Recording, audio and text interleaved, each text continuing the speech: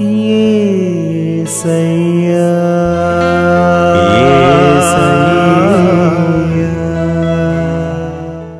హల్లెలూయా. దేవునికి స్తోత్రం.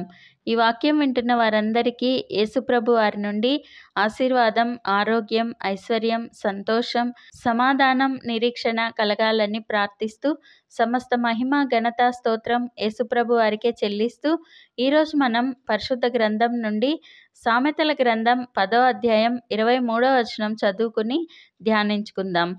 చెడు పనులు చేయుట బుద్ధిహీనునికి ఆటగానున్నది, వివేకికి జ్ఞాన పరిశ్రమ చేయుట అట్టిదే.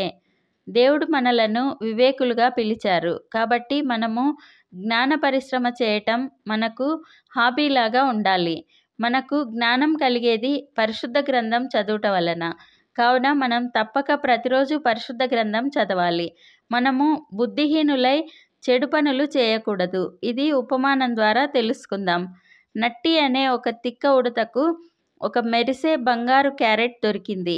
తోటి ఉడతల దగ్గర బడాయి చూపించుకుని, ఇది మ్యాజిక్ క్యారెట్, దీనిని ఏమి కోరితే అది జరుగుతుంది అని చెప్పింది. ఒక్కొక్క ఉడత వచ్చి మంచి ఆహారం దొరకాలని, మంచిగా నిద్రపోవటానికి స్థలం దొరకాలని, నీళ్లు దొరకాలని రకరకాలుగా కోరాయి.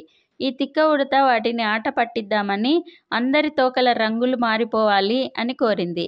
కోరినట్లే అందరి తోకల రంగు మారిపోయింది. కానీ దాని సొంత తోక మాత్రం అలాగే ఉండిపోయింది. అక్కడికి వచ్చిన పర్యాటకులు చూడగా అన్ని ఉడతల తోకలు అందమైన రంగురంగులతో నిండి ఉన్నాయి.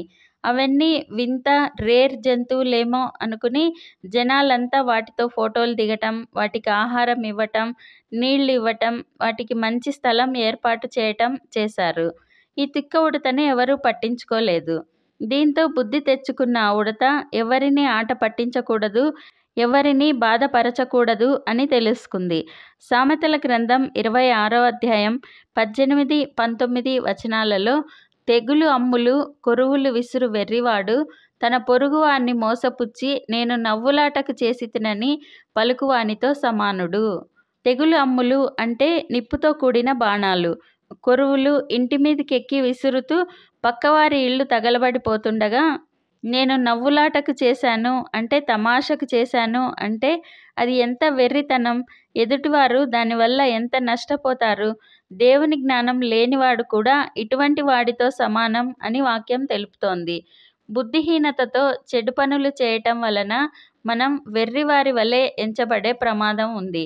మనం యేసునాథుని పిల్లలం. మనం వివేకం కలిగి మంచిని విస్తరించే వారై ఉండాలి. చిలిపితనం మంచిదే, అల్లరి చేష్టలు మంచిది కాదు. మనం ఏది చేసినా మన పరమ తండ్రికి, మన లోక తల్లిదండ్రులకు ఘనత కారణంగానే ఉండాలి. మనం ఎప్పుడు మన వారికి సిగ్గు తెచ్చేవారిగా ఉండకూడదు. ప్రతిరోజు జ్ఞానాభ్యాసం చేయాలి. బైబిల్ తప్పక చదవాలి. ప్రార్థన చేసుకుందాం.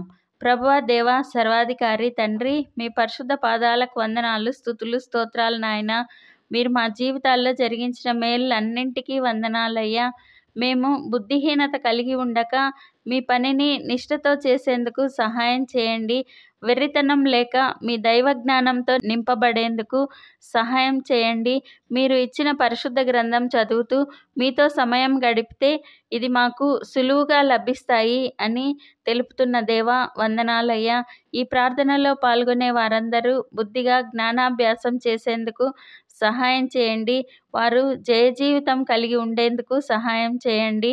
మేము ఈ దేశానికి, ఈ ప్రపంచానికి ఆశీర్వాదకరంగా ఉండులాగున ఆశీర్వదించమని నజరేయుడైన యేసుక్రీస్తు నామంలో ప్రార్థిస్తున్నాం తండ్రి. ఆమెన్. ప్రతిరోజు మీ కామెంట్స్ చూస్తున్నాము. ఈ ఉపవాస ప్రార్థనలలో మీకోసం కూడా రోజు ముమ్మారు ప్రార్థిస్తున్నాము. భయపడకండి, దిగులు పడకండి, కృంగిపోకండి. యేసుప్రభు వారు తప్పక విడుదలనిస్తారు. ఆయన మహాకృప మనతో ఎల్లప్పుడూ ఉంటుంది. Amen. Thank you Jesus. God bless you. మేము మా ఛానల్లో అందించిన ఇతర వీడియోలను కూడా తప్పకుండా చూసి మీ మిత్రులకు షేర్ చేయగలరు. ఇప్పటివరకు మా ఛానల్ సబ్స్క్రైబ్ చేయకుంటే వెంటనే సబ్స్క్రైబ్ చేసి కొత్త వీడియోల నోటిఫికేషన్స్ కోసం సబ్స్క్రైబ్ బటన్ పక్కనే ఉన్న బెల్ గుర్తును క్లిక్ చేయండి. అందరికీ వందనాలు. నీ జీవితం ఎంతటి పాపపంకిలమైనా, నీవు ఎంతటి నిరుపేదవైనా, ఈ ప్రపంచం నిన్ను ఎంతగా వేధించినా నీవు ఒక్కసారి యేసయ్య వైపు చూడగలిగితే ఆయన కృప నిన్ను విడువదు అని తెలిపే 5 అద్భుతమైన మహిళా సాదృశ్యాలను దేవుడే మనకు తన పరిశుద్ధ గ్రంథంలో చూయిస్తున్నాడు.